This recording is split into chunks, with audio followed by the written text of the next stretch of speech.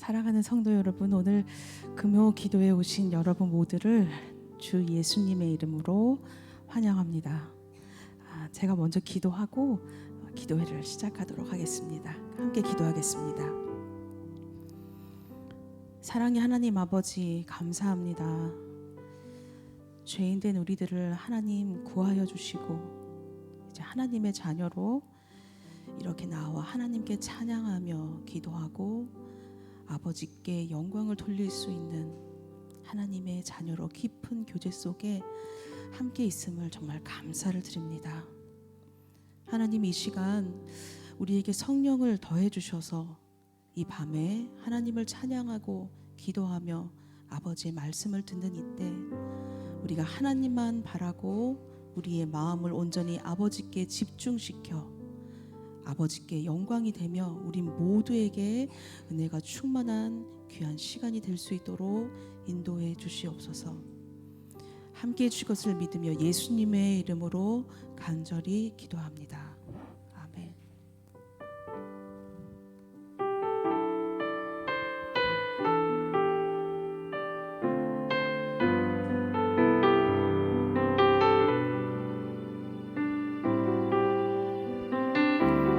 아버지 사랑 함께 찬양하겠습니다. 아버지 사랑 내가 노래해, 아버지 은혜 내가 노래해.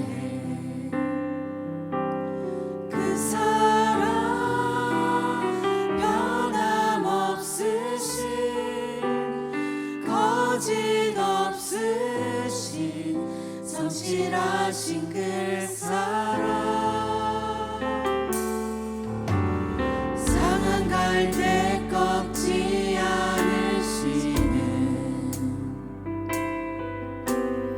꺼져가는 등불 끄지 않는 그 사랑, 변함없으신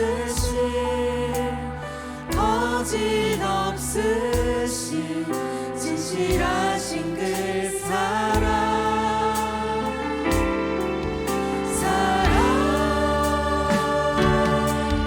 그 사랑,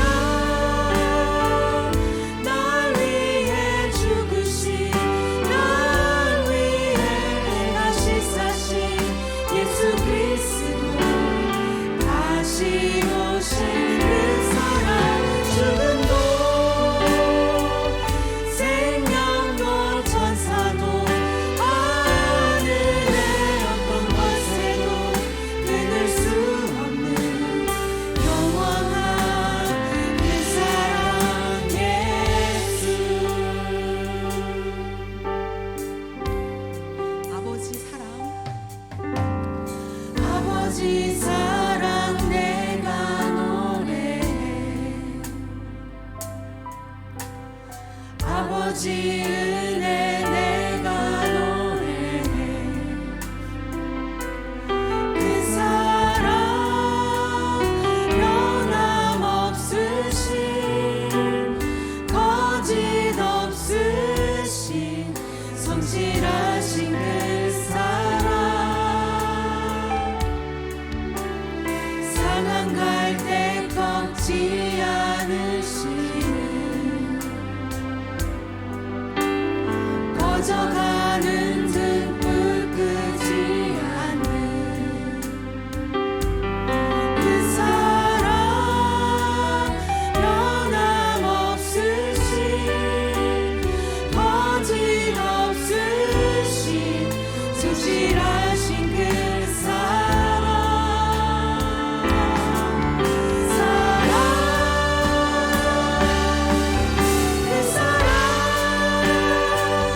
날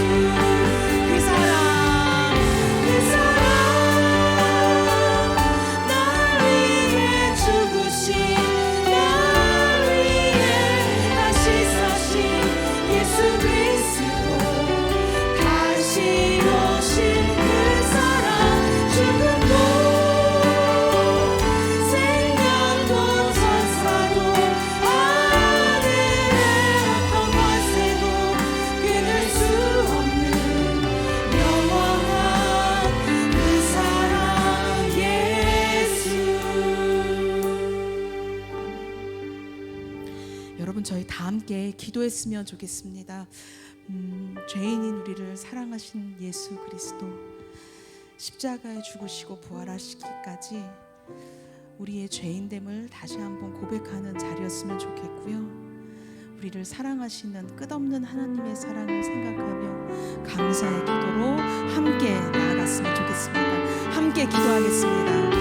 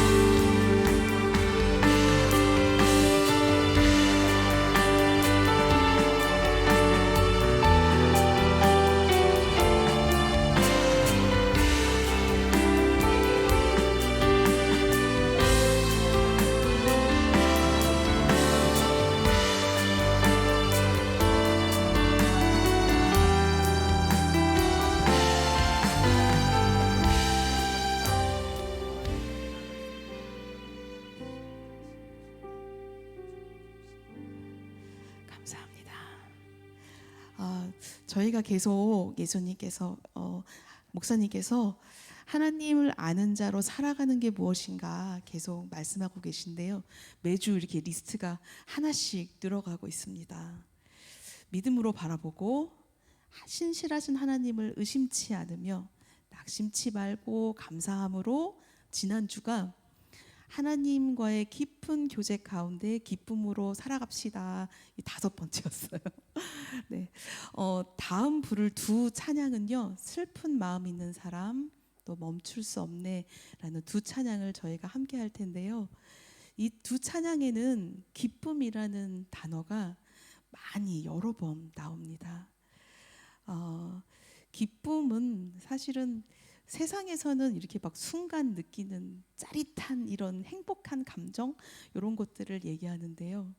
우리가 이야기하고 우리가 생각하고 추구하는 하나님의 기쁨은 사실 그렇지 않습니다.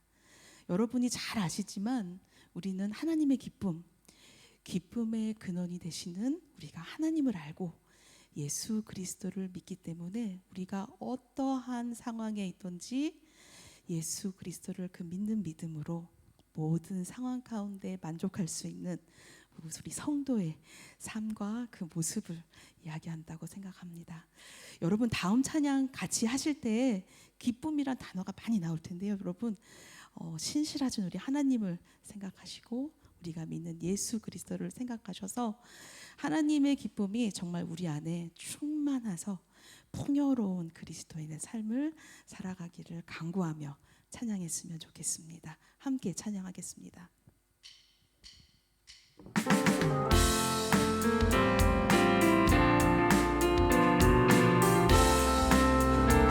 슬픈 마음 있는 사람 함께합니다.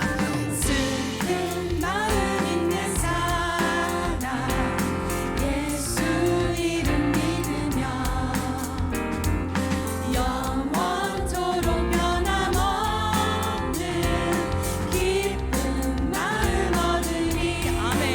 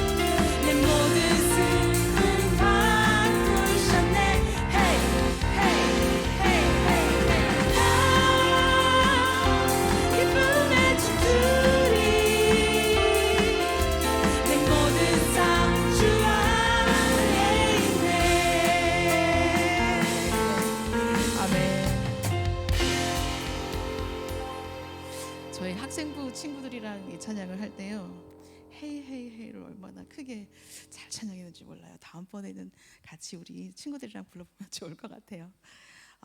다음 찬양곡은 저희 나 주님의 기쁨 되기 원하네 함께 하겠습니다.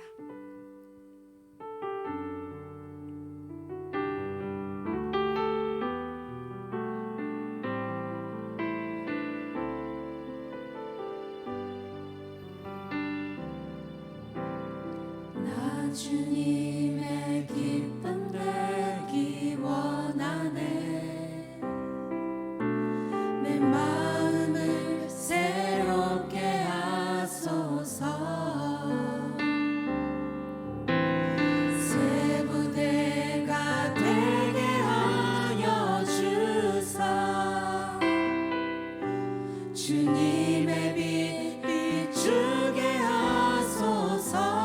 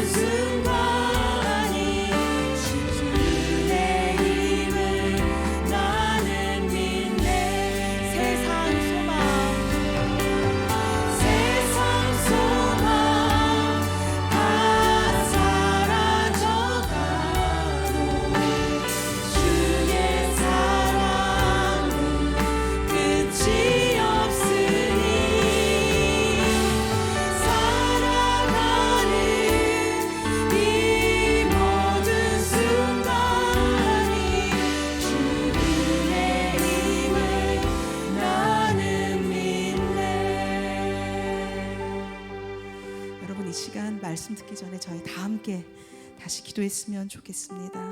세상 소망이 다 사라져 가도 우리를 향하신 하나님의 사랑은 끝이 없고, 이 모든 살아가는 순간 가운데 이 모든 것이 하나님의 은혜임을, 또 그 안에 우리가 참 하나님의 기쁨을 누리며 살아가고 있음을 감사하면서 기도하겠습니다.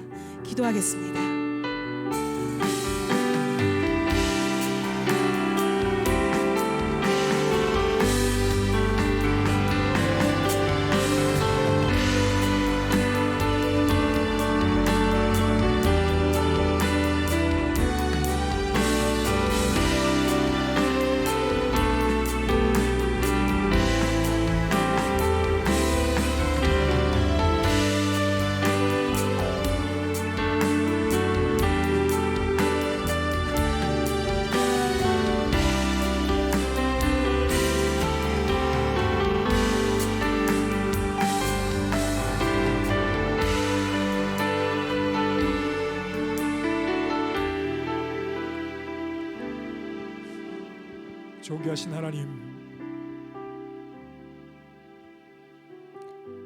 우리를 불러 하나님의 자녀 삼으시고 우리 아버지의 선하심과 신실하심을 우리에게 믿으라 하시며, 우리의 삶의 모습이 어떠하든지 변함없이 우리를 성실하게 인도해 가시니, 하나님 이 밤 하나님 앞에 나와 우리의 모든 것을, 우리의 모든 삶을 기꺼이 맡겨 드리기를 원합니다.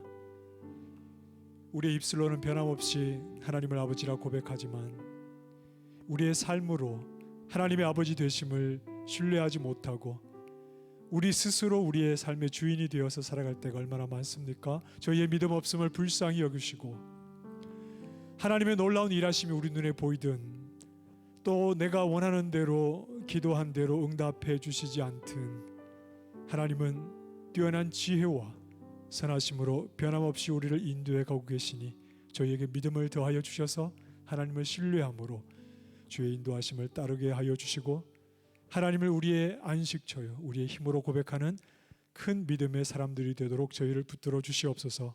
이 시간도 또 우리 선교사님을 통하여서 하나님 말씀에 귀를 기울이고 주의 뜻에 더 가까이 나아가기를 원하오니 주의 은혜의 손길로 저희를 붙들어 주시옵소서. 예수님 이름으로 기도합니다. 아멘. 자, 여러분 한 주간 잘 지내셨나요? 네.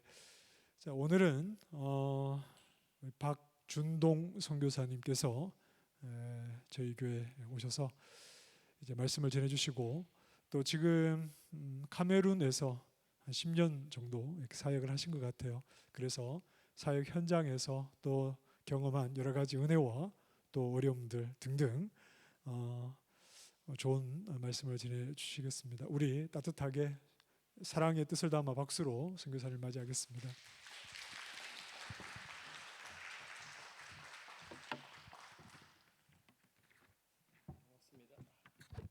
반갑습니다. 박준동입니다. 오늘 하나님의 말씀 갈라디아서 2장 16절입니다.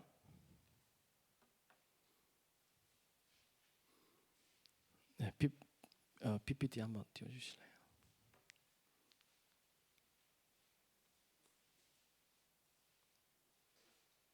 제가 넘기면 되죠?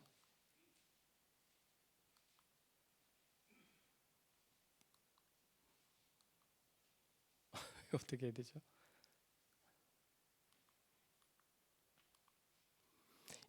네, 갈라디아서 2장 16절 우리 한 목소리로 같이 읽겠습니다.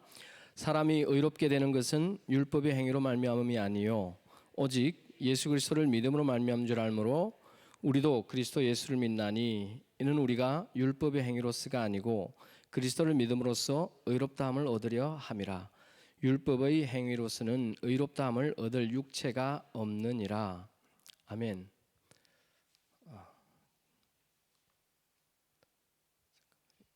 안 되나요?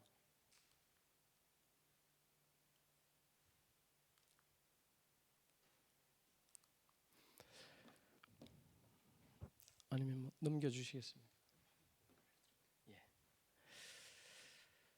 여러분 사도 바울은 특별합니다. 왜냐하면 그는 유대인이 아닌 이방인을 위해서 사역을 했기 때문입니다. 유대인들이 생명같이 여기는 할례와 율법을 그는 이방인들에게 강요하지 않았습니다. 그렇기 때문에 그는 유대인 그리스도인들로부터 수많은 죽음의 그 위협을 받았습니다. 그는 이방인을 위한 그 복음을 목숨을 다해서 지켰습니다. 그래서 1장 8절에 보면 한번 넘겨주시겠습니까? 앞으로요. 네, 1장 8절에 보시면 그러나 우리나 혹은 하늘로부터 온 천사라도 우리가 너에게 전한 복음 외에 다른 복음을 전하면 저주를 받을지어다.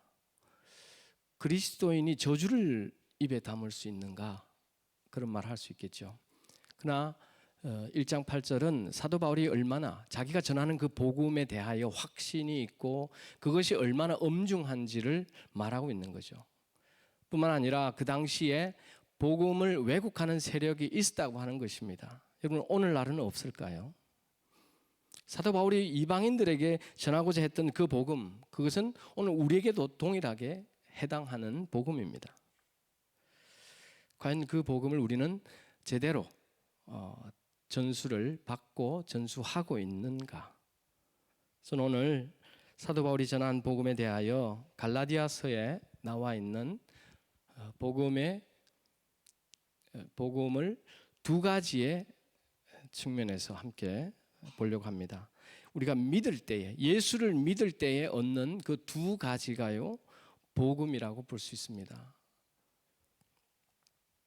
자, 2장 16절을 우리가 읽었습니다. 사람이 의롭게 되는 것은 율법의 행위로 말미암아 아니 오직 예수 그리스도를 믿음으로 말미암은 줄 알므로 우리도 그리스도 예수를 믿나니. 이걸로 할까요? 전으로 후로. 좋습니다. 감사합니다.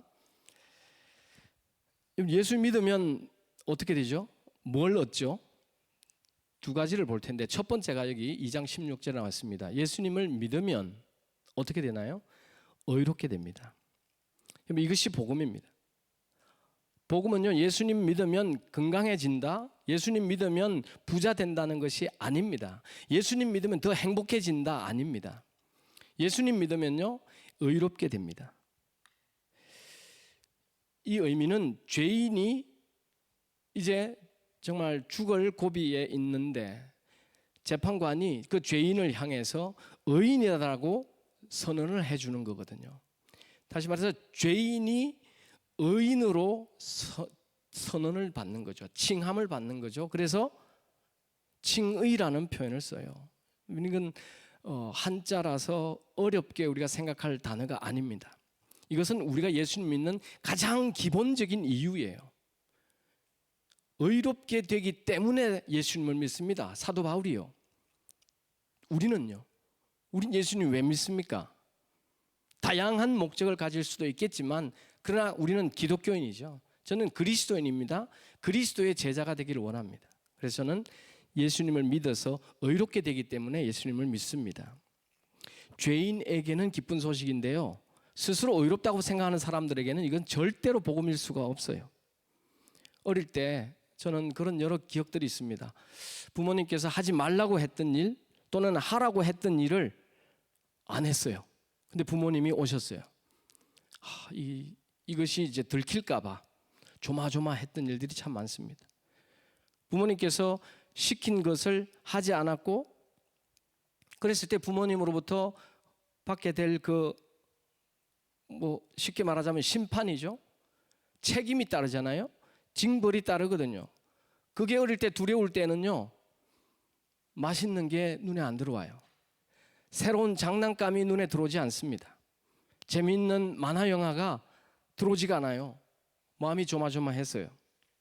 내 죄가 드러날까 봐 염려하는 그 마음은 그 어떤 것으로도 해결할 수가 없어요. 죄에 대한 책임이 사라지고 의인이 되는 것이 죄인에게는 가장 기쁜 소식입니다. 왜냐하면 그 죄에는 심판, 징벌이 따르기 때문에 그렇습니다. 여러분, 하나님께서는요 반드시 죄인과 의인을, 죄와 의를 구별하실 것입니다. 왠 줄 아십니까? 우리 하나님께서는 거룩하시기 때문에 그래요. 여러분, 거룩이라는 단어를 아시지요? 거룩이라는 말은 구별하다라는 뜻이에요. 하나님의 속성상 죄와 의를 따로 분리시키시는 분이라는 거죠.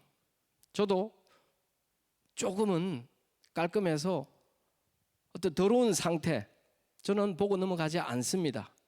저희 방이든 집이든 길거리의 쓰레기라도요. 우연찮게 이번에 어떤 파크에서 보니까 쓰레기가 있는 거예요. 호주에서 제가 처음 봤는데 어떻게 해요 그걸? 저는 그냥 지나가지 않습니다. 제 속성상. 그래서 쓰레기통에 갖다 버렸어요. 하나님께서는요 죄와 의를 반드시 구별하실 것입니다. 왜냐하면 그분은 거룩하시기 때문에 그렇습니다. 저는 군대에서 예수님을 믿었어요. 제 친구와 동기 한 명이 있었는데 아주 독실한 크리스찬이었어요. 그 친구는 술 담배도 안 하고요. 저에게는 일상 언어였던 욕도 할 줄 몰라요.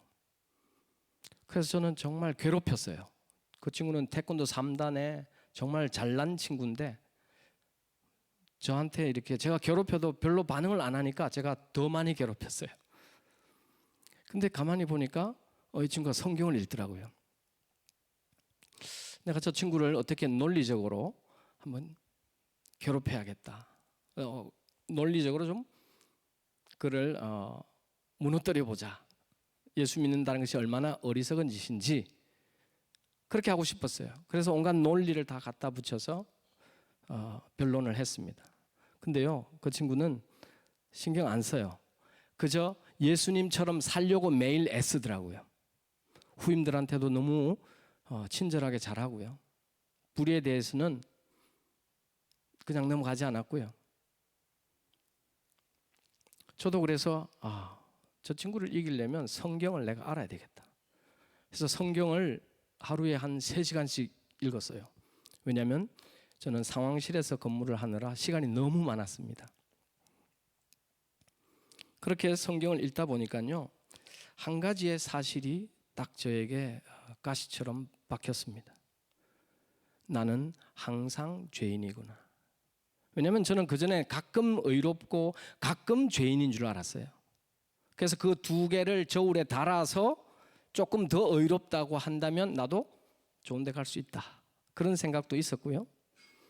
근데 복음서를 읽다 보니 나는 항상 죄인이다라고 하는 그 사실이 저의 어떤 그 의지와 상관없이 이게 동의가 되는 거예요. 이때부터 이제 죄를 어떻게 그러면 해결할 것인가를 고민했습니다. 어떤 방법으로 내가 죄인이라고 하는 이 사실을 극복할 수 있을까? 단 예수를 의지하고 싶지는 않았어요. 왜냐하면 예수라는 인간을 의지하는 것은 참 바보 같았거든요. 자존심이 허락하지 않았습니다. 1년간 저는 다른 방법을 찾았어요. 정말 진지했습니다. 저는. 그렇기 때문에 그 어떤 것도 저에게 위로가 될 수 없는 그런 상황이었고 1년을 찾아 헤매었지만 나의 죄를 해결할 수 있는 방법이 없었어요. 근데 성경은요, 예수께서 이미 나의 죄를 해결했으니 대가를 지불했으니 감사함으로 그 사실을 받아들이면 의롭게 된다라는 거죠. 처음에 그게 너무 싫어서 다른 방법을 찾았지만은 1년을 헤매고 보니까 답이 없는 거죠. 근데 정말 은혜로 하나님께서 제게 마음을 주셨겠죠. 만일에 심판할 때 재판관이 너 죄인이다라고 했을 때 그 재판관의 판결이 중요하다면 이 재판관이 의롭다고 하면 의로울 수도 있겠구나. 근데 누가 재판관이지? 그 재판관의 자격이 되려면요, 창조주야만이 재판을 할 수 있습니다. 이 세상의 주인이어야만 선하다 악하다라고 심판을 할 자격이 있는 거죠. 근데 제가 아는 예수는 창조주가 아니었거든요. 그냥 사람인 줄 알았어요. 근데 성경을 계속 읽었죠. 읽다 보니까 예수께서 100% 사람이지만 100% 하나님이라는 거예요. 저한테는 너무 충격이었습니다. 사람인데 어떻게 하나님이라고 하지? 두 가지가 같이 공존할 수 있는가?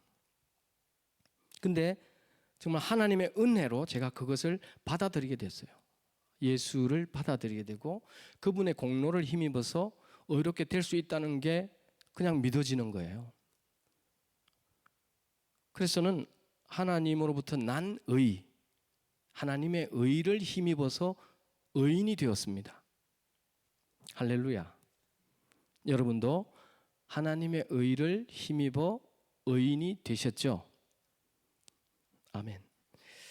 기독교 복음의 핵심은 죄인이 어떻게 의인이 될 수 있냐라는 방법에 대한 이야기예요. 여러 가지의 방법들이 있습니다. 근데 사도 바울이 아는 한 가지의 방법밖에 없어요. 율법을 잘 지킨다고 의인이 되는 게 아니라는 거죠. 할례를 받는다고 해서 하나님의 백성 되는 게 아니라는 거죠. 오직 예수님의 공로로만 의인이 될 수 있다라는 얘기예요. 그게 기독교인데 오늘날 기독교에 대해서 참 오해를 많이 합니다. 그래서 교회 다니는 사람들 보면 목적이 참 다양해요. 제가 있는 카메룬도 보면 예수님을 믿는데 의에 대해서, 정의에 대해서 고민하는 사람이 없어요. 무엇이 선과 악이냐, 옳고 그름이냐, 바른 것에 대한 열정을 가진 그리스도인을 좀 만나보지 못했습니다. 한 명만 빼고요. 나중에 소개해드리겠습니다. 그럼 호주에서 생활하면 부족함이 없어 보여요. 어딜 가나 산책할 수 있고요. 정말 노력만 하면 먹고 살 수 있더라고요. 근데 카메룬에는요, 정말 젊은 친구들이 일을 하고 싶은데 아르바이트조차 자리가 없어요. 그래서 시간을 그냥 보냅니다. 굶으면서. 하루 한 끼 먹고요. 두 끼 먹으면 정말 잘 먹는 친구들이에요. 특히 시골서 올라와 기숙사 생활하는 친구들은요, 학비 싸지만 학비는 부모님이 대줘도 나머지는 본인들이 이제 어떻게 해서든 먹고 살아야 돼요. 그래서 초등학생, 중학생 복습 과외도 하면서 정말 푼돈이라도 벌려고 하는데 그거조차 부모님들이 안 줘요. 떼이는 친구들도 많이 봤고요. 참 어렵습니다. 호주에서는 다이어트를 위해서 한두 끼를 드시죠. 자, 우리가 예수님을 믿는데 이제 우리가 원하는 것을 얻었으니까 이제 교회 안 나와요. 그래서 보니까 퍼스 열방 장로교회는 그 호주 교회의 장소를 빌려서 예배합니다. 근데 그 호주인 교회를 보니까 유나이팅 처치를 보니까요, 젊은 사람이 없어요. 왜요? 부족함이 없거든요. 예수를 믿을 이유를 모르는 거죠. 왜냐하면 예수님을 믿으면 이 땅에서 잘 된다고 가르쳤으니까 이제 잘 되니까 가르칠 게 없어요. 요구할 게 없어요. 예수 믿으면 마음이 좀 더 편해질 거야. 세상에. 그걸 위해서 예수님 믿나요?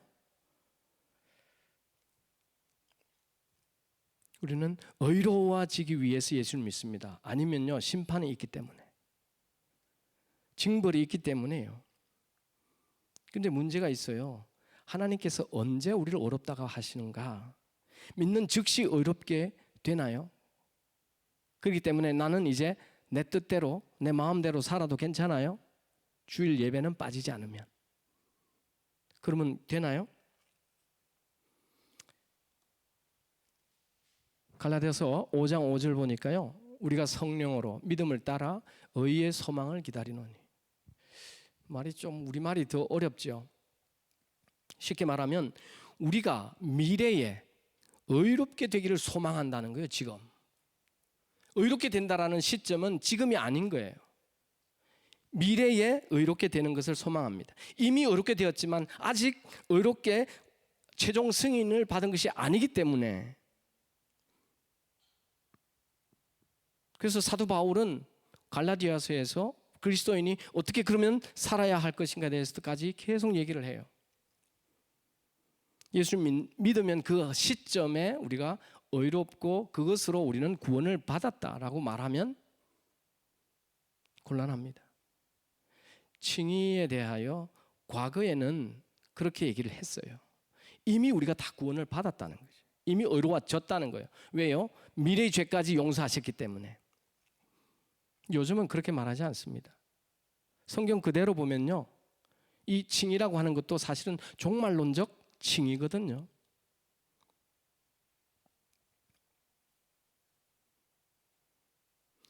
구간 단속이 참 많이 늘었다고요. 한국 가보니까 옛날에는 한 시점에서 속도를 줄이면 통과가 되는데 이제는 구간을 다 조심해야 돼요.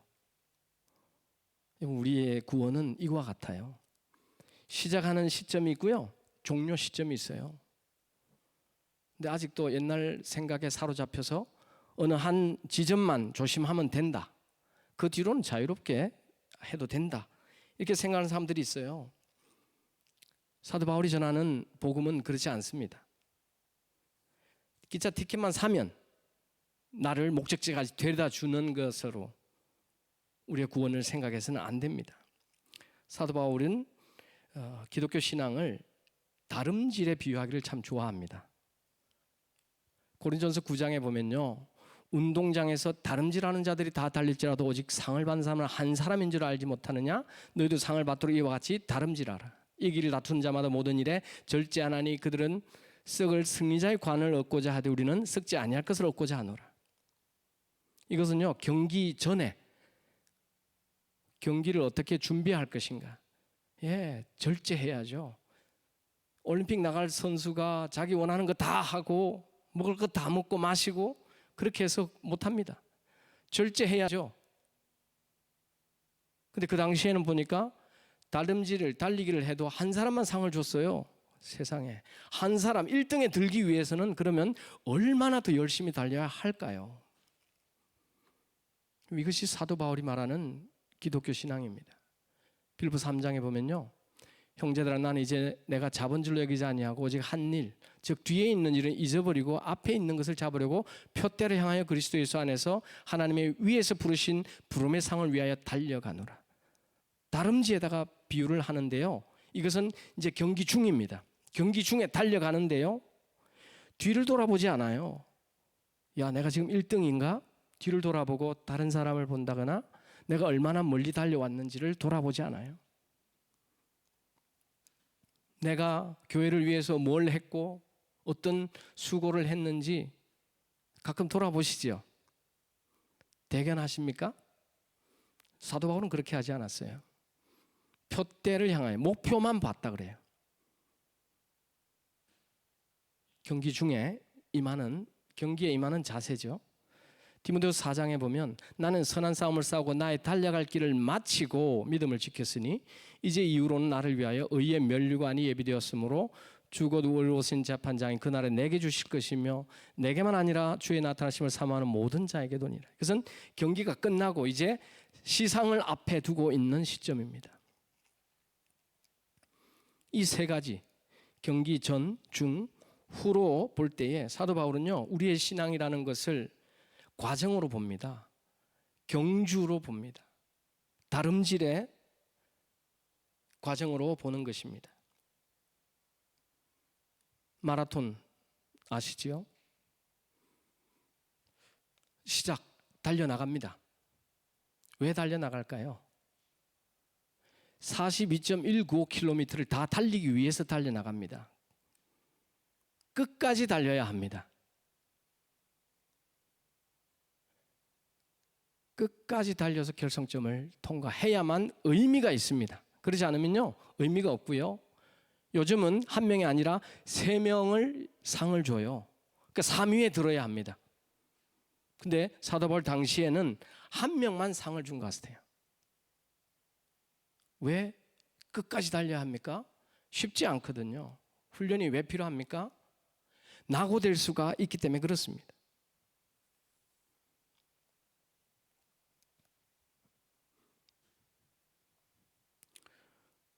이 땅에서 가장 그리스도인답게 살았던 사람들 공동체를 꼽으라고 한다면 저는 또는 많은 분들이 영국의 청교도들을 꼽을 거예요. 잘 아시는 철로 역정, 존 버년의 철로 역정 보시죠. 보시면 레이저는 안 되고요. 왼쪽 왼쪽 위쪽에 보면 까만 물체가 있죠. 사람이에요. 죄의 짐을 지고 있는 크리스천입니다. 이 크리스천은 특별한 한 사람이 아니고 우리 크리스천을 대표하는 한 사람입니다. 이 사람이 오른쪽 제일 밑에 있는 하나님의 도성에 들어가기 위해서 거쳐야 할 수많은 어려움과 유혹이에요. 과정입니다. 이것을 철로 역정이라고 그래요. 그러니까 하나님의 도성에 들어가기 위해서 얼마나 어려움과 유혹을 많이 견뎌야 하는가를 소설로 쓴 거예요. 일부에서는 크리스찬이라고 하는 남자가 가장이죠. 근데 가족들이 같이 안 가면서 혼자 이 여행을 떠나요. 근데 2부에서는요. 번연이 6년 뒤에 쓴 2부 거기에서는 이 와이프가 크리스티나 이름이 크리스티아나하고 네 아들이 같이 이제 여행을 갑니다. 뭘 얘기합니까? 우리 그리스도인의 신앙이라는 것은 그저 앉아 있으면 다가오는 하나님의 나라가 아닙니다. 모든 어려움과 유혹 거쳐 가야만 들어갈 수 있는 하나님의 나라예요. 사도 바울은 아까 빌립보서 말씀에서 그랬어요. 내가 선한 싸움을 마치고. 사도 바울은 또한 달리기뿐만 아니라 싸움, 전투에다가 우리의 신앙을 비유하기를 좋아합니다. 한순간 우리가 방심하면요 목숨을 잃습니다. 모든 신경을 공격과 방어에다가 집중해야만 전투에서 살아남을 수가 있어요. 근데 오늘 우리는 과연 그렇게 신앙하고 있습니까? 왜 그럴까요? 왜 못하고 있을까요? 저 자신만 봐도 그러니까요.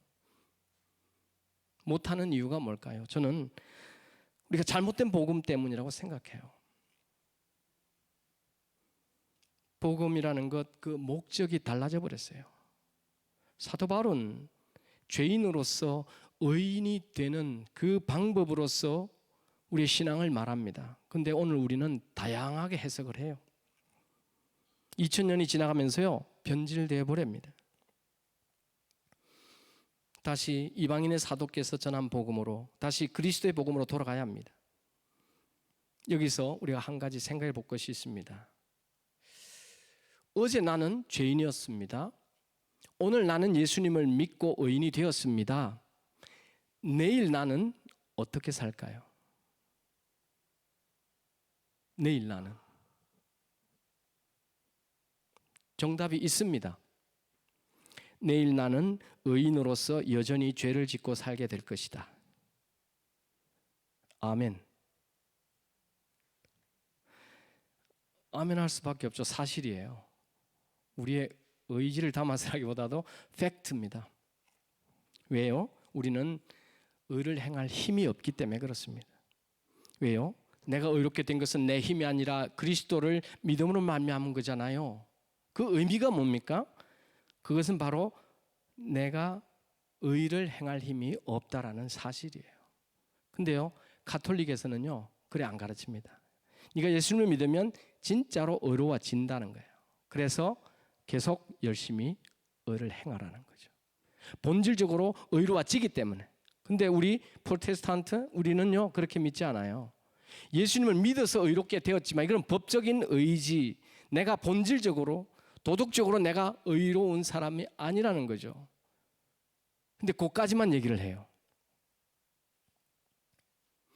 현실에서는 의롭고 싶지만 번번이 죄를 반복하고 살아가는 것이 복음입니까?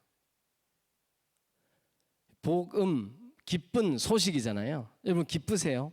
나는 의인이지만 의를 행할 힘이 없어서 나는 계속 죄를 범하고 살아갑니다. 할렐루야.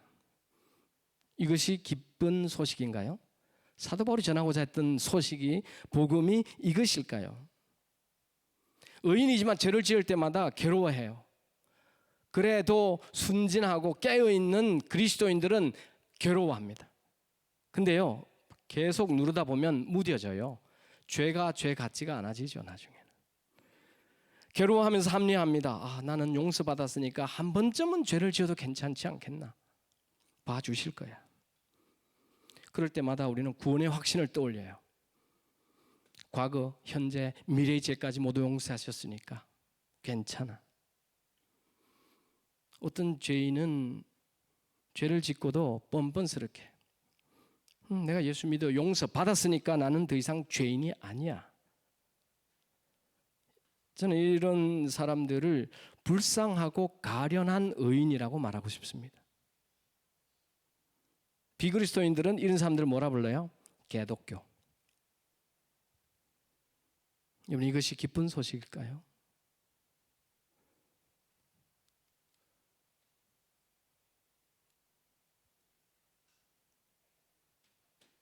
넘겨 주실래요?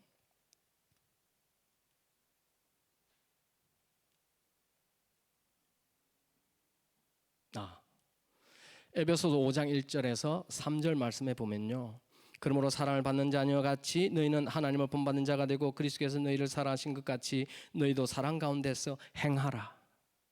음행과 온갖 더러운 것과 탐욕은 너희 중에서 그 이름조차도 부르지 말라. 이는 성도에게 마땅한 바니라. 하나님의 말씀은 우리가 계속적으로 의롭게 살아라고 말합니다.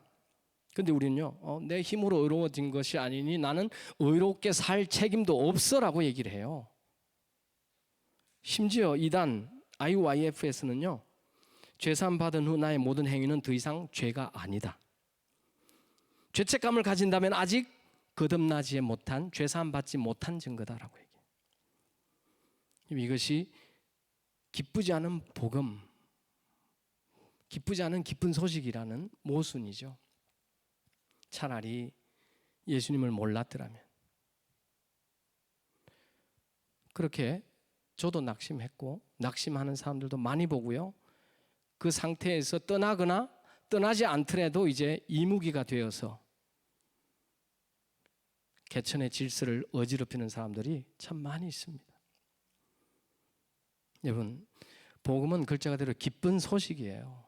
기쁜 소식인데 우리는 절반만 듣고 나서 기쁘지 않네?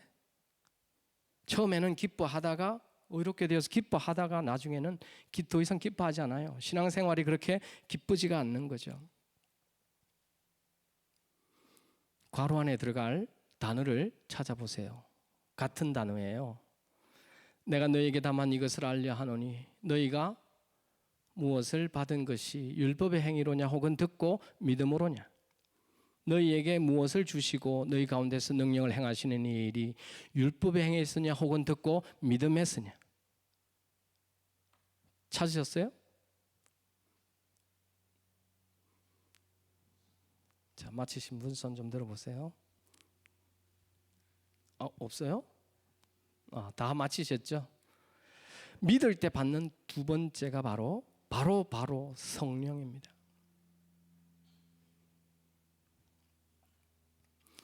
이 두 번째 것을 무시하면요, 절대로 기쁜 소식이 될 수가 없습니다.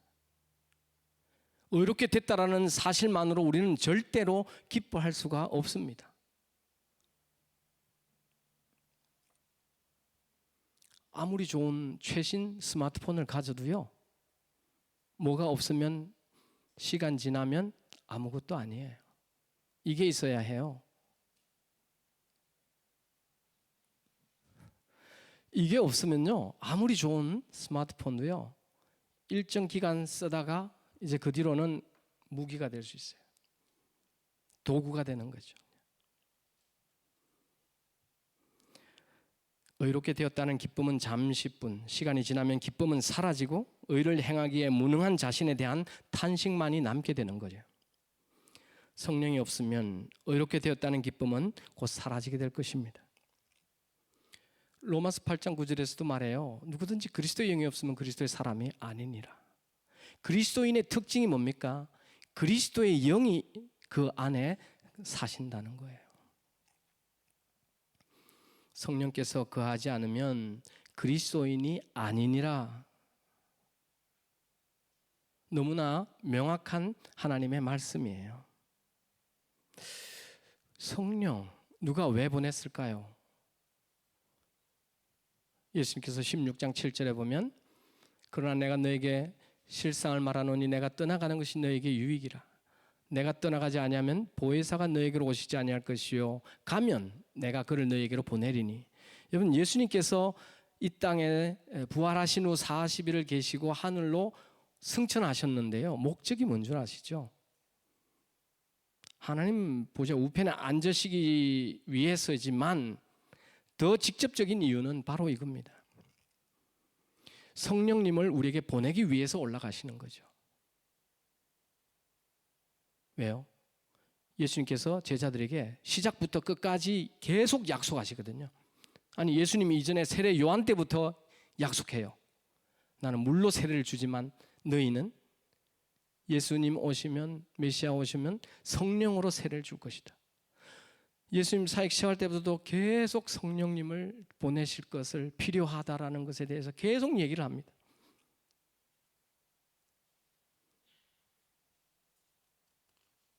마지막 만찬 때 예수님이 제자들에게 떠나간다 그러니까 제자들이 두려운 거죠. 그래서 예수님이 말씀하신 거예요.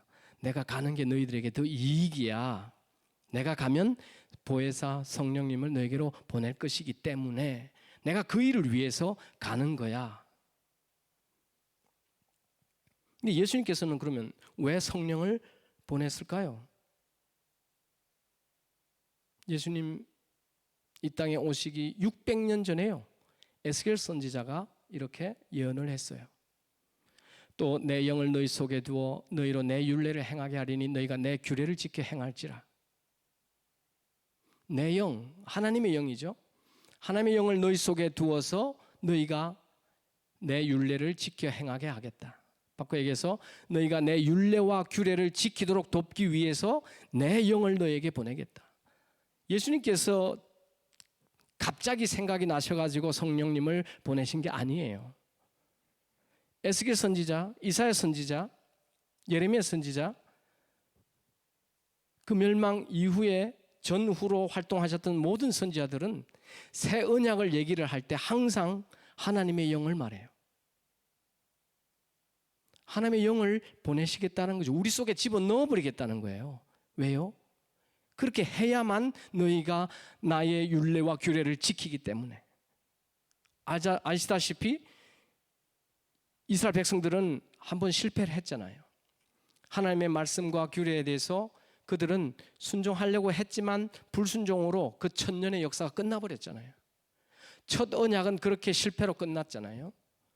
그러자 하나님께서 선지자들을 통해서 말씀하십니다. 예언하시기를 안 되겠다. 이제는 내가 하겠다. 내가 맑은 물을 너에게 뿌려서 너희로 정결하게 하되 곧 너희 모든 더러운 것에서와 모든 우상 숭배에서 너희를 정결하게 할 것이며 칭의죠. 또 내가 새 영을 너희 속에 두고 새 마음을 너희 속에 주되 너희 육신에서 굳은 마음을 제거하고 부드러운 마음을 줄 것이며. 칭의와 더불어 뭐를 약속하십니까? 그 다음 나오는 27절이 바로 이거예요.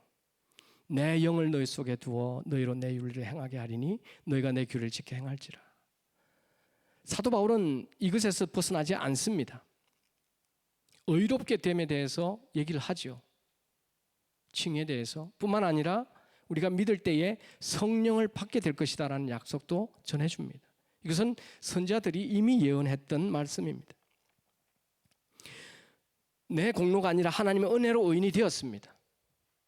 그렇지만 의를 행하기에 연약한 나를 위해서 하나님께서 보호자이신 성령님을 보내셨습니다. 그것은 이미 예수님이 이 땅에 오시기 600년 전에 약속하셨던 말씀이에요. 그러므로 이제 우리는 의인답게 살 기회를 가진 거죠. 기회를. 누구나 다 의인으로서 의인답게 살지는 않습니다. 그러나 이제 성령님을 받은 우리는 의롭게 살 수 있는 기회를 가져요. 그래서 갈라디아서 5장 16절에 보면 바울은 이렇게 명령합니다. 부탁이 아니에요. 선택이 아닙니다. 내가 이르노니 너희는 성령을 따라 행하라. 그리하면 육체의 욕심을 이루지 아니하리라. 의인으로서 의롭게 살 수 있는 방법을 드디어 찾았다는 거예요. 어떻게 해요? 성령을 따라 행하라. 성령님과 함께 행하라는 거죠. 이것이 복음입니다. 의롭게 되었는 것으로 끝나지 않아요. 의롭게 되었으면 의롭게 살아야 합니다. 근데요, 우리는 의롭게 살 힘이 없어요. 거기에서 주저앉아 있으면 이거는 복음이 아니에요. 근데 예수님께서는 또는 사도 바울은 우리에게 의인답게 살 수 있는 그 힘이 성령님으로부터 우리에게 주어진다라는 것을 말합니다. 여러분, 지뢰밭이 있습니다. 어디에 폭탄이 묻혀 있는지를 안다면 그 사람을 뒤따라가는 것으로 지뢰밭을 지나갈 수가 있습니다. 나는 의롭지 않습니다. 의롭게 살 힘이 없습니다. 근데요, 내 안에 계시는 그분과 연합하고 관계가 시작이 되고 발전되어지면서 그분의 뜻에 순종하며 살다 보니까 뭐가 우리에게 맺히나요? 성령의 열매가 맺히지요. 그 성령의 열매가 우리에게 힘이 됩니다. 성령의 열매를 누굴 위해서 맺히는 걸까요? 저는 단호하게 말할 수 있습니다. 나를 위해서. 성령의 열매 맛을 보십시오. 힘을 얻고 우리는 달려갈 수 있습니다. 성령의 열매가 맺히지 않으면 먹을 게 없어요. 따먹을 열매가 없는 거예요. 무화과나무 잎만 무성하지 열매가 없으니까 낙심하죠. 주저앉을 수밖에 없는 거예요. 복음의 참맛이 여기에 있습니다. 영생의 참맛이 여기에 있습니다. 자기 육체를 위하여 심는 자는 육체로부터 썩어질 것을 거두고 성령을 위하여 심는 자는 성령으로부터 영생을 거두리라. 우리가 선을 행하되 낙심하지 말지니 포기하지 아니하면 때가 이름에 거두리라. 때가 이름에, 아직 때가 이르지 않았다는 뜻이에요. 지금, 그런데 나는 뿌려야 합니다. 무엇을 심어야 합니다. 무엇을 위해서 심을까요? 내 육체의 욕망을 위해서 심을까요? 성령님의 욕망을 위해서 심을까요? 우린 다 알아요. 그러나 현실에서는 그렇지가 않습니다. 이게 우리가 그리스도인으로서 살아가고 있는 모습인데요, 여기에서 더 집중력을 가져야 합니다.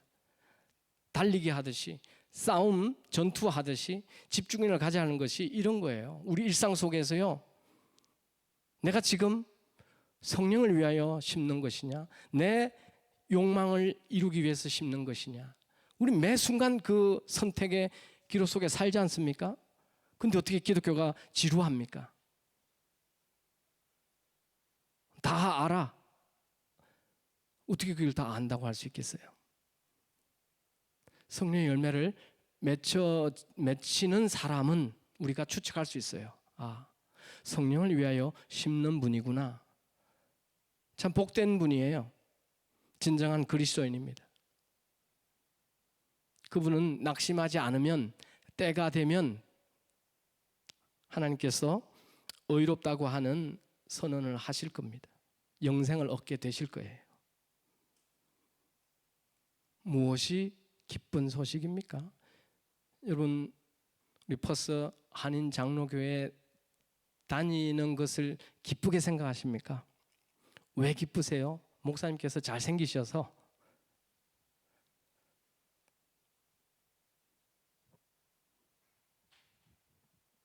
여자친구를 찾을 수 있기 때문에요.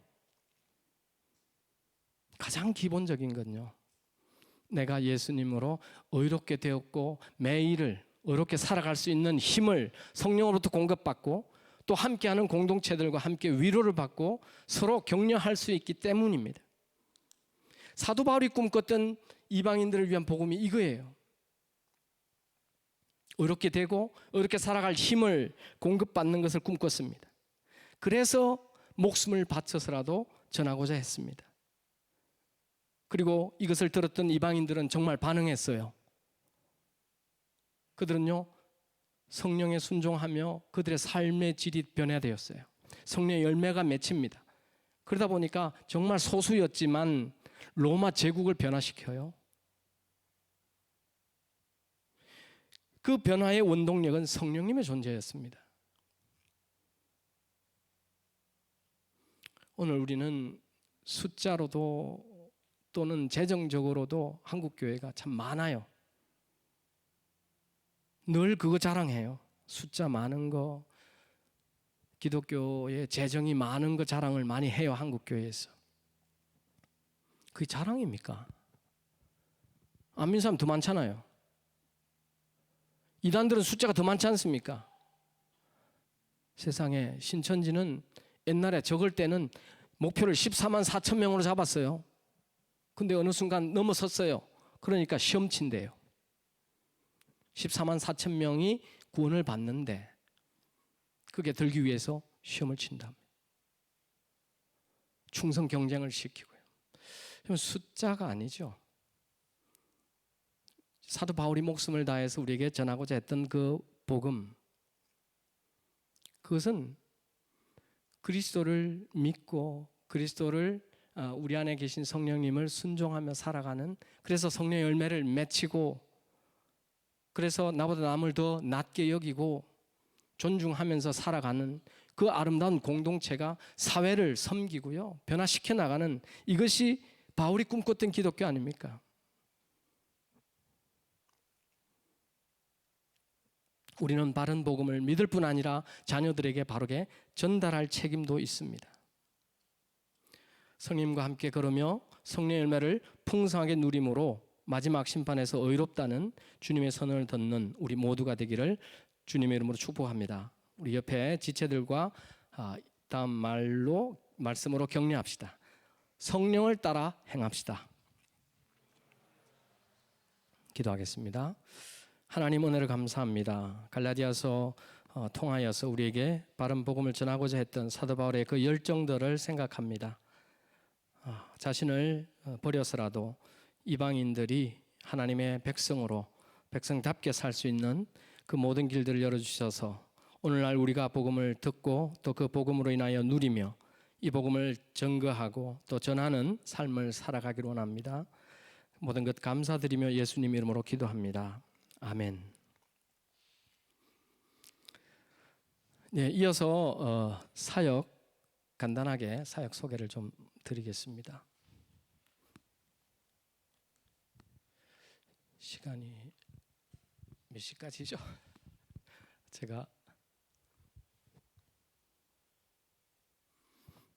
저는 카메룬에 사역을 하고 있습니다. 특별히 이제 대학생들을 위해서 사역을 하고요. 2010년에 저는 부산에서 대학생 사역을 하고 있는 중 카메룬으로 이제 가게 되었고요. 카메룬으로 선택을 한 이유는 저희 단체에서 불어권 아프리카, 보시는 것처럼 파란색 그 나라들이 아프리카의 불어권이에요. 그래서 중부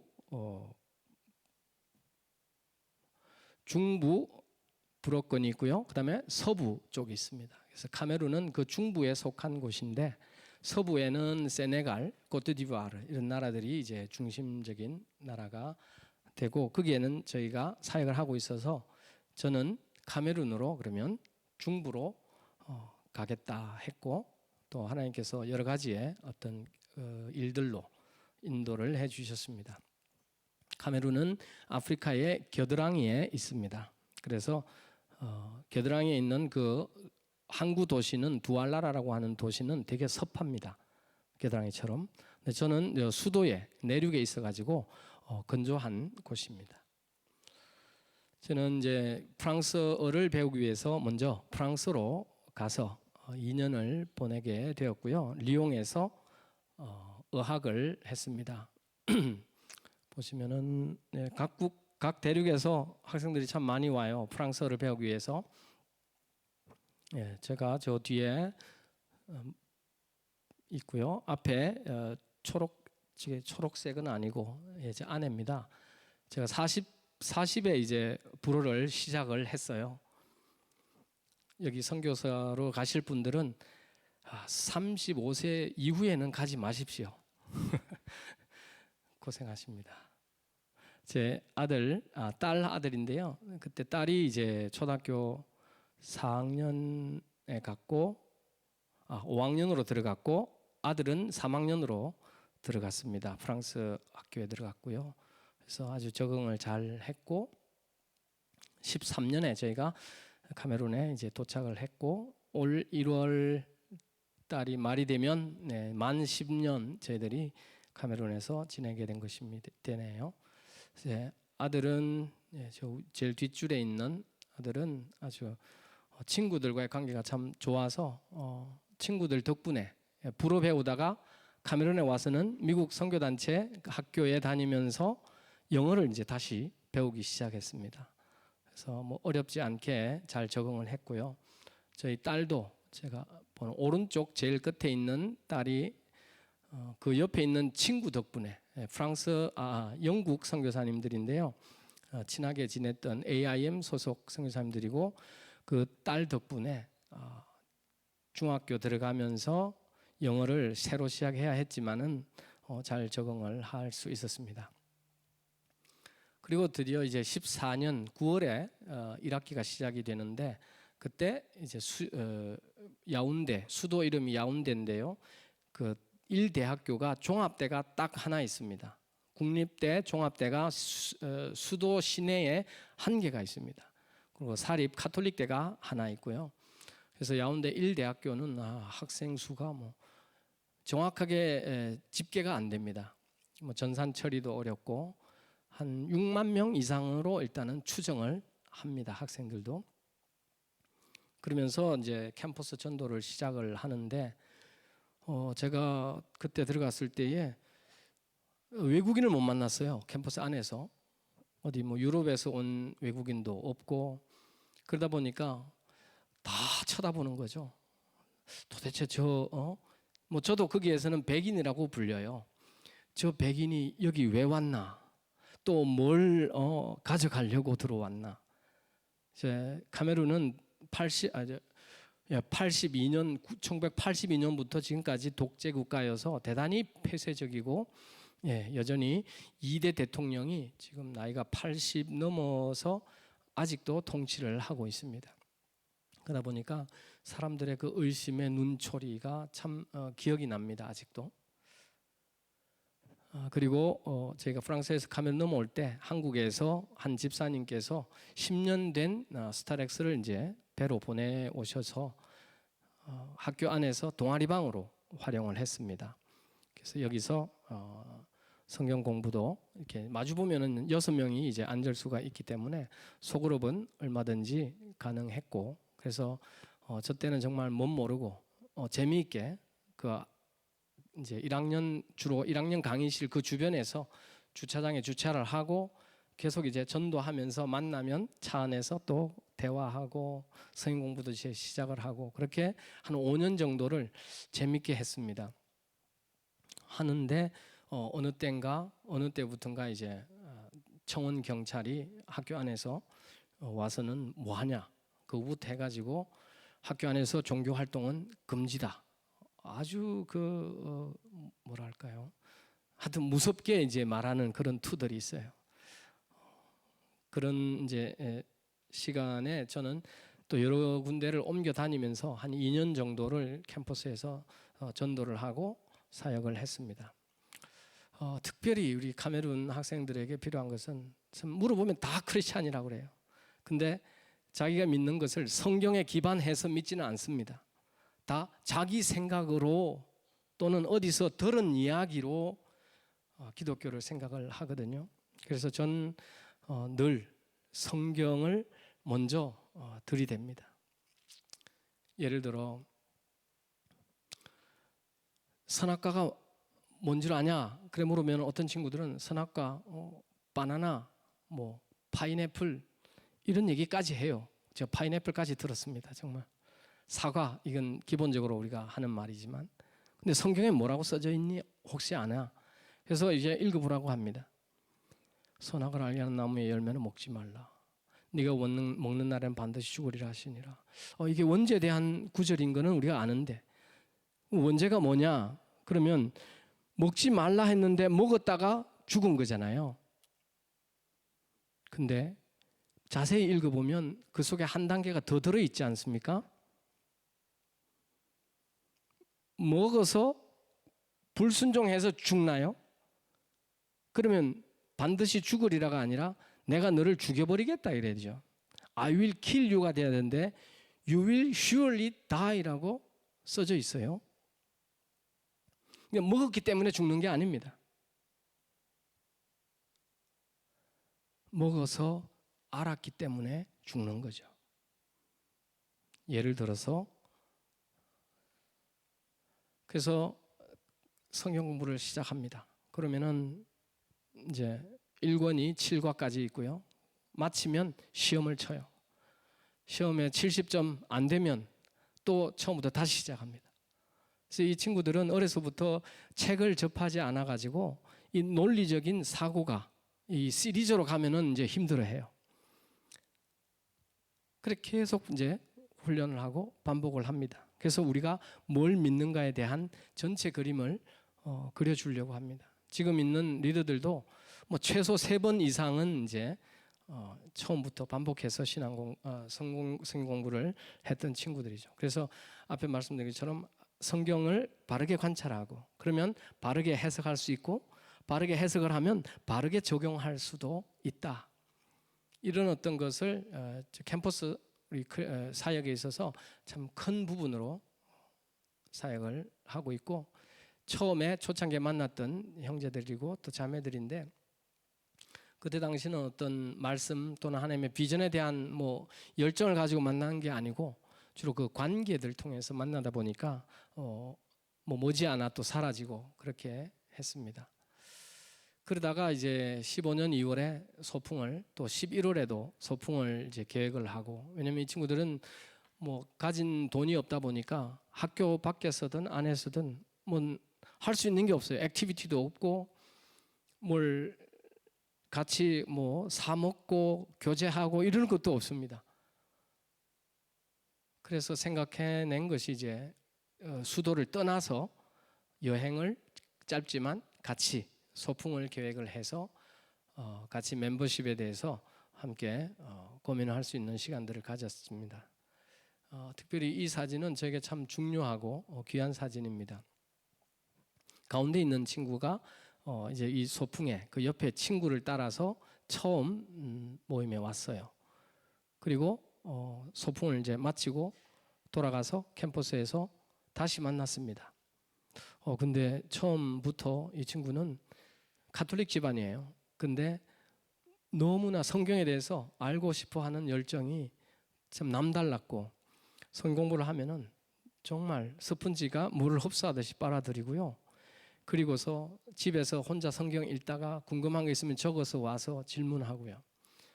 정말 카메룬 사람 같지가 않은 그런 친구고 시몽이라고 하는 친구인데요. 이때가 2015년이었거든요. 나중에 이제 2021년에 드디어 전임 사역자로 헌신을 하게 됩니다. 소풍을 가서 아까 그 가에 있던 그 카메룬 친구의 고향에 가서 그 아버지가 또 옆에 보면 바나나가 아니고요. 블랑땡이라고 하는 그런 바나나와 다른 근데 이것은 익혀서 먹어야 하는 구워서 쪄서 또는 튀겨서 그렇게 먹는 블랑땡이라고 하는 열매입니다. 그리고 이거는 카카오, 여러분 초콜릿 연료가 되는 거죠. 카카오가 나무 기둥에 저렇게 그냥 수류탄처럼 박혀 있어요. 2016년에 이제 몇몇 지체들이 모여지게 되면서 이제 전체 모임을 시작을 하는데 그때 이제 CCC 그 장소 홀을 빌렸습니다. 제가 프랑스에 있을 때 정탐 여행을 한번 왔었는데 CCC 그 장소를 가보고서 처음에 딱 들었던 생각이 마구간이구나 그렇게 느꼈습니다. 근데 제가 이제 사역을 시작하고 주변에 아무리 장소를 찾아도 한국처럼 뭐 장소가 쉽게 있어서 선택할 수 있는 이런 게 아니더라고요. 아예 이사를 안 가는 거예요. 주변에 어디든지. 그러면서 제가 이런 장소 정말 마국간처럼 그런 장소가 너무 부러웠습니다. 그때 함께 이제 전체 모임을 하고 성공부도 이어서 하고 이러면서 멤버십도 조금씩 생겨나기 시작했습니다. 그러게 해서 17년에 이제 아까 시몽이 졸업을 하게 되고 졸업을 해도 사실은 일자리가 없어요. 그래서 그러면 사역을 도와주면 내가 최소한의 먹을 수는 있도록 도와주겠다. 서로 이제 필요에 의해서 함께 사역을 계속 도왔고 그 전에도 리더로서 쭉 함께 했지요. 그러다가 8월에 또 이제 단기 선교사가 첫 1호로 왔고 그 뒤로 아직 온 사람은 없습니다. 그리고 왼쪽이 이제 시몬 지금 간사고요. 옆에는 한국에서 온 김태원 형제 단기 선교사입니다. 단기 선교사는 이제 캠퍼스에서 학생들을 만나서 친구 사귀기를 하죠. 일단 프랑스어를 하다 보니까 영어가 참 다릅니다. 주로 영국 쪽에 영향을 받은 영어를 쓰는 사람들은 알아듣기도 어려워요. 호주도 영국 영향을 받았나요? 영어권도 2개가 있어가지고 영어를 쓰는 사람도 있지만 주로 불어를 쓰다 보니까 저희 지체들과 함께 이제 단기 선교사가 캠퍼스에서 학생들을 만나고 그리고 이제 전도라기보다도 친구를 사귀는 그런 일들 그렇게 해서 마음이 맞으면 또 저에게 와서 같이 복음을 전하고 그런 일들을 했습니다. 그러다가 CCC가 약속을 너무 안 지키는 거예요. 홀을 빌려주기로 하고 저도 뭐 얼마를 지불해서 장소를 쓰는데 이게 이제 사용자에 따라서 뭐 하고 있고 이러다 보니까 도무지 장소를 쓸 수가 없어가지고 다른 곳으로 장소를 옮겼는데 거기는 오순절 계통의 작은 교회입니다. 전체가 나무로 판자로 지은 교회고 앞쪽에 강대상하고 앞쪽만 이제 바닥이 시멘트고 그 뒤로는 이제 흙바닥이죠. 그렇지만 그런 장소도 부러워하는 제가 너무 싫었습니다. 그때 함께했던 지체들이 조금씩 이제 비전에 대하여 그리고 말씀에 대한 열정들을 조금씩 가지게 되면서 모임이 이루어지게 되었습니다. 그러다가 19년 6월에 이제 모임 장소를 월세로 빌렸습니다. 바로 여기 이 장소인데 이제 우리 한 3분의 후원으로 이 월세를 해서 1년을 이제 임대를 했습니다. 여기에서 전체 모임과 성경 공부와 그리고 학생들이 그 수업 사이에 시간이 긴 친구들이 참 많은데 학교 안에는 벤치 하나 제대로 갖춰져 있지 않아요. 그러다 보니 그냥 담벼락 어디에 걸터 앉아 그냥 시간 보내기도 하고 그런데 센터가 있으면서 여기서 공부도 하고 그러는 기능들을 하게 되었습니다. 네, 조금씩 이제 멤버십이 더 생겨나게 되고 또 저희 어떤 그 단체에 대한 이해도 조금씩 생겨나고 있었습니다.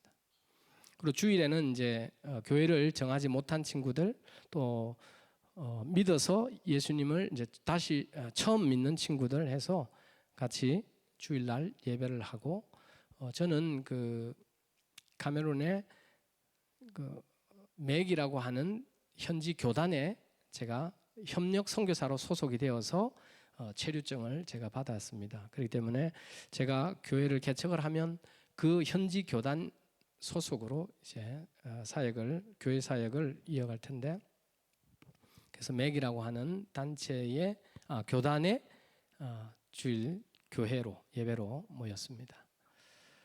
그러다가 7월에 한국에서 캠퍼스를 개척하는 팀이 이제 방문을 해와서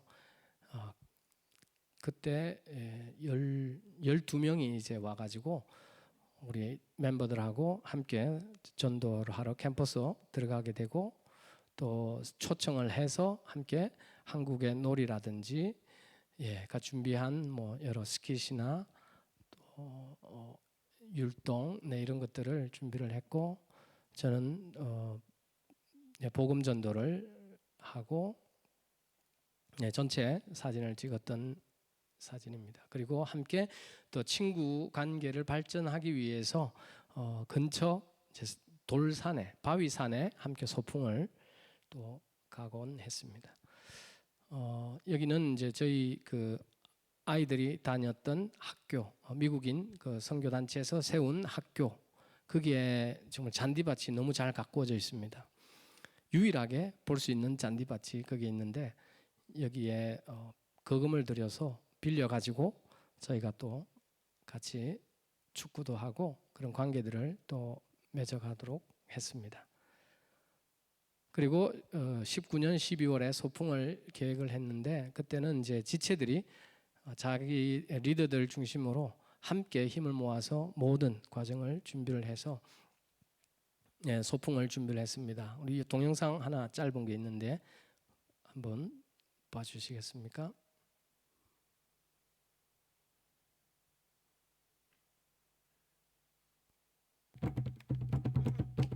소풍 가서 춤 경연 대회를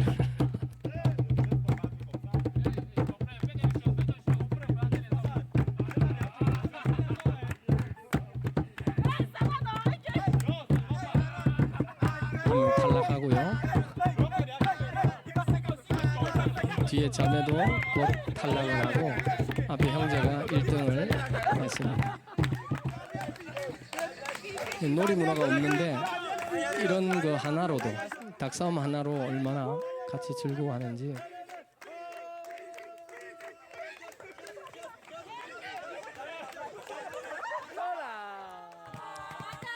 돌아오는 차 안에서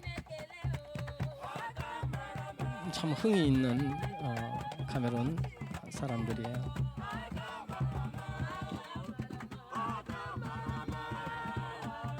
네, 여기까지입니다.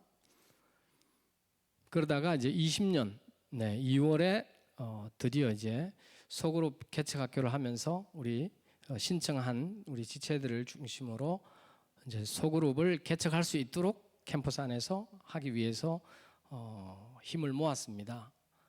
정말 열심히 잘 준비를 했습니다. 그랬는데 3월 달에 이제 코로나가 터져가지고 그러면서 센터도 폐쇄를 하게 됐고요. 여러 가지 사역이 이제 스톱을 하게 되면서 온라인으로 큐티를 나누거나 그리고 주일날 이제 줌으로 예배를 또 하는 일들을 했고요. 21년엔 이제 대면 사역이 뭐 짧게 지나고 나면서 다시 대면 사역을 재개했습니다.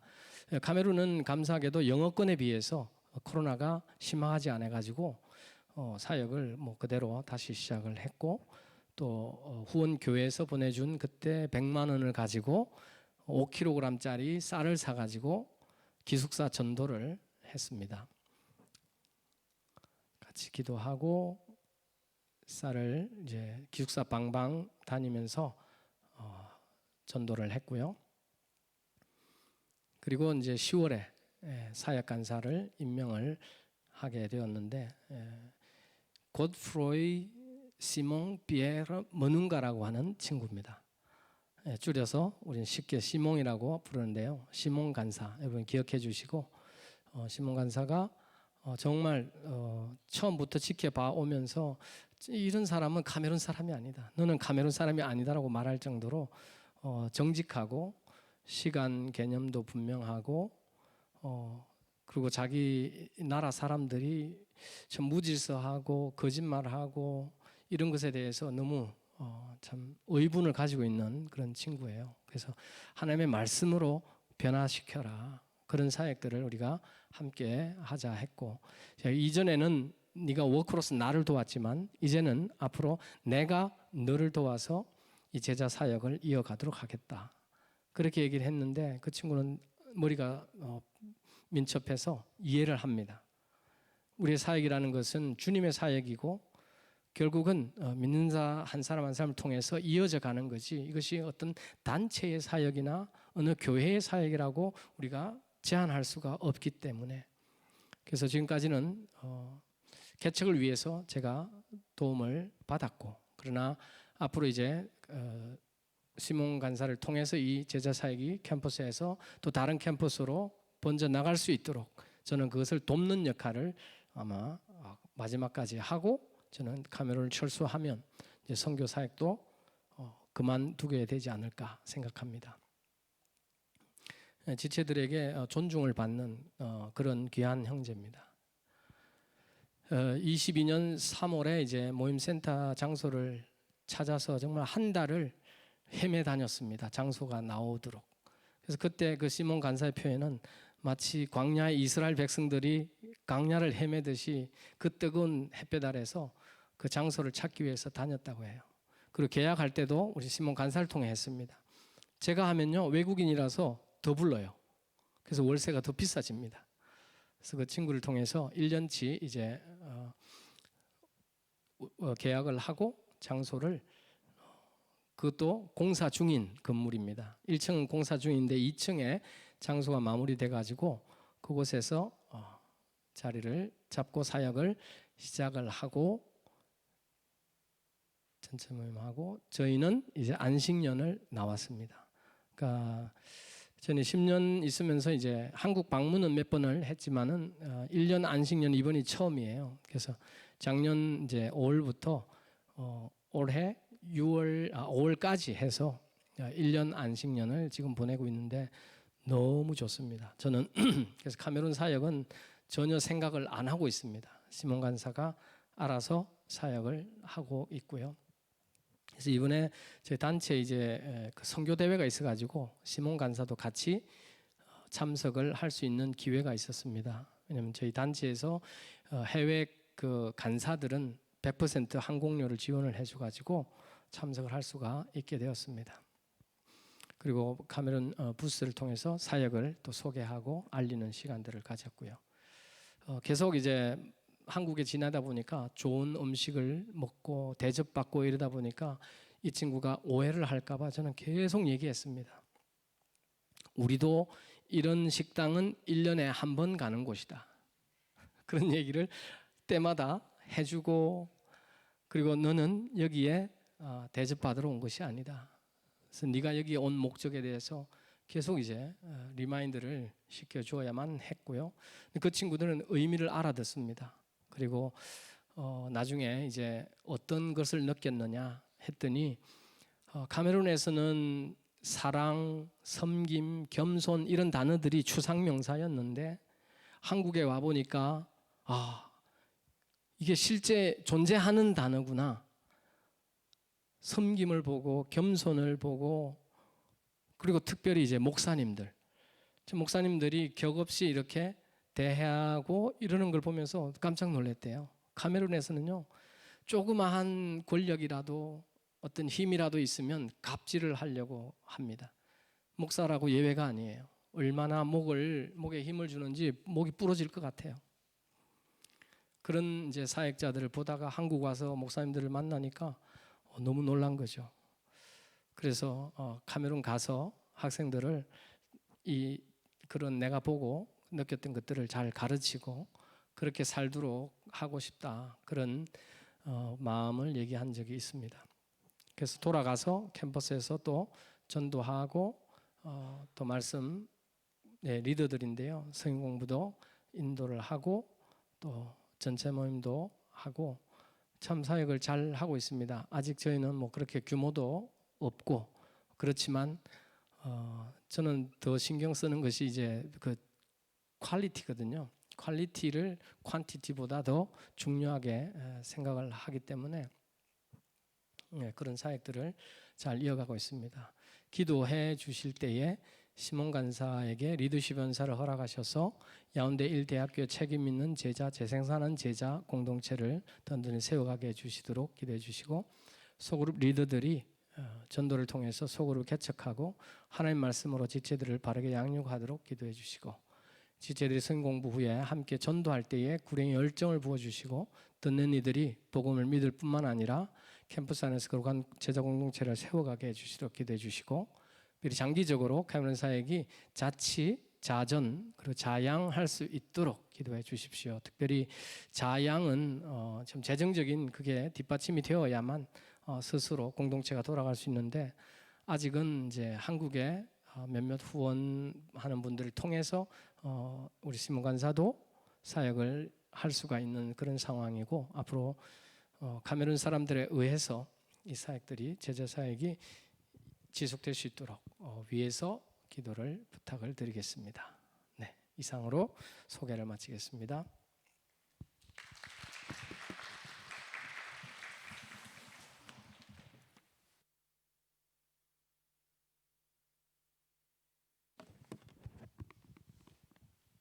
네,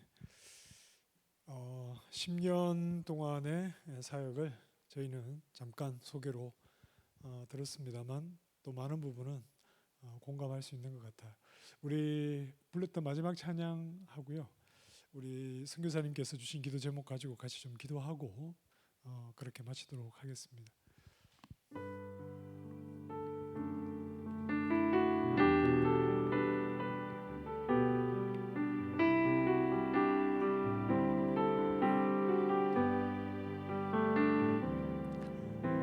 주 나의 모습 보내 상한 나의 맘 보시네. 주 나의 눈물 안에 홀로 울던 맘 아시네. 주 사랑 내게 있네. 그 사랑이 날 채우네. 주는 내게 있네. 그대로 날 세우네. 세상 소망 다 사라져가고 주의 사랑은 끝이 없으니 살아가는 이 모든 순간이 주의 힘을 나는 믿네. 자, 아까 우리 기도 제목을 좀 띄워줄 수 있나요? 먼저 말씀하신 기도 제목을 가지고 기도하기 전에 박준동 선교사님 그리고 장은심 선교사님 10년 동안 사역을 하시면서 늘 코로나가 아니고 말라리아의 위험이 있고 실제로 목숨을 잃는 경우가 있고, 그리고 아까 말씀 나누다가 보니까 전체 카메룬의 한국 교민 수가 100명 안팎이라고 그래요.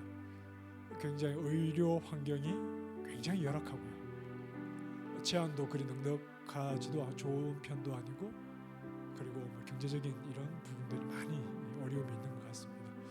묵묵히 또 하나님께서 보내신 그 어떤 소명, 부르신 소명과 사명을 가지고 지난 10년 동안 사역을 하셨고, 또 아까 시몽이라고 하셨나요?